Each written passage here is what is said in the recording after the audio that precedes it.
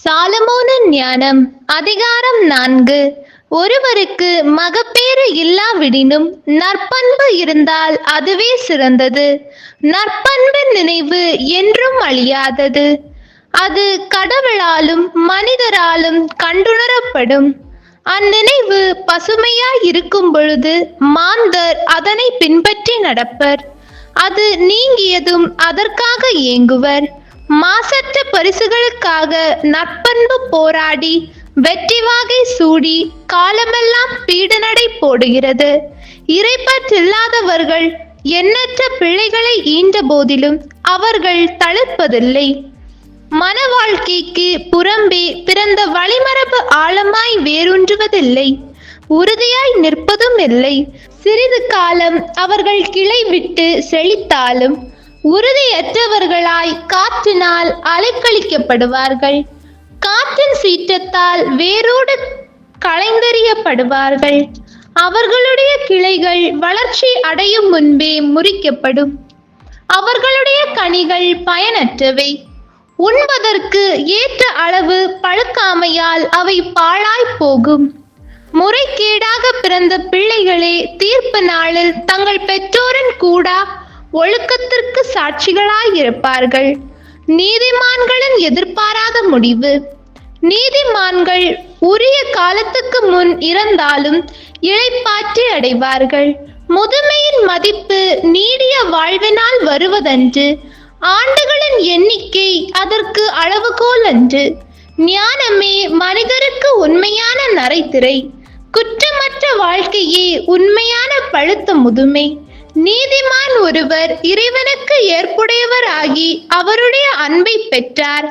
பாவிகள் நடுவில் வாழ்ந்து கொண்டிருந்த பொழுதே அவரால் எடுத்துக்கொள்ள பெற்றார். தீமை அவரது அறிவு கூர்மையை திசை திருப்பாமல் இருக்கவும், வஞ்சகம் அவரது உள்ளத்தை மாசுபடுத்தாமல் இருக்கவுமே அவர் எடுத்துக்கொள்ள பெற்றார். தீமையின் கவர்ச்சி நன்மையானவற்றை மறைத்து விடுகிறது. அலைக்கழிக்கும் இச்சை மாசற்ற மனத்தை கெடுத்து விடுகிறது. அந்த நீதிமான் குறுகிய காலத்தில் நிறைவு எய்தினார், நீண்ட வாழ்வின் பயனை அடைந்தார். அவரது ஆன்மா ஆண்டவருக்கு ஏற்புடையதாய் இருந்தது. தீமை நடுவு நின்று ஆண்டவர் அவரை விரைவில் எடுத்துக்கொண்டார். மக்கள் இதை பார்த்தார்கள், ஆனால் புரிந்து கொள்ளவில்லை. ஆண்டவர் தாம் தேர்ந்து கொண்டோர் மீது அருளும் இரக்கமும் காட்டுகின்றார். தாம் தூயவர்களை சந்தித்து மீட்கிறார் என்பதை அவர்கள் மனதில் ஏற்கவும் இல்லை. இறந்து போன நீதிமான்கள் உயிர் வாழ்கின்ற இறைப்பற்று இல்லாதவர்களை கண்டனம் செய்வார்கள். விரைவில் பக்குவம் அடைந்த இளைஞர்கள் நீண்ட நாள் வாழும் தீய முதியவர்களை கண்டனம் செய்வார்கள். இறைப்பற்றில்லாதவர்கள் ஞானிகளின் முடிவை காண்பார்கள்.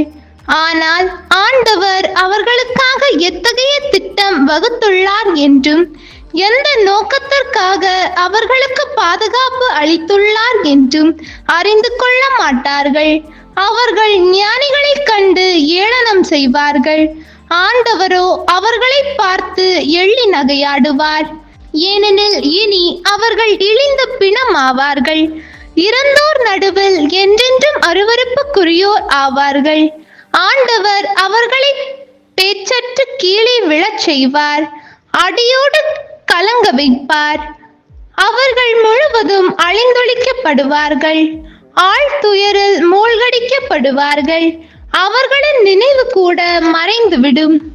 தீர்ப்பு நாளில் நல்லாரும் பொல்லாரும் இறைப்பற்றில்லாதவர்களின் பாவங்களை கணக்கிடும் போது அவர்கள் நடுங்கிக் கொண்டு வருவார்கள்.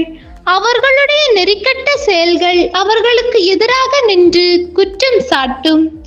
ஆண்டவரின் அருள் வாக்கு. இறைவா உமக்கு நன்றி.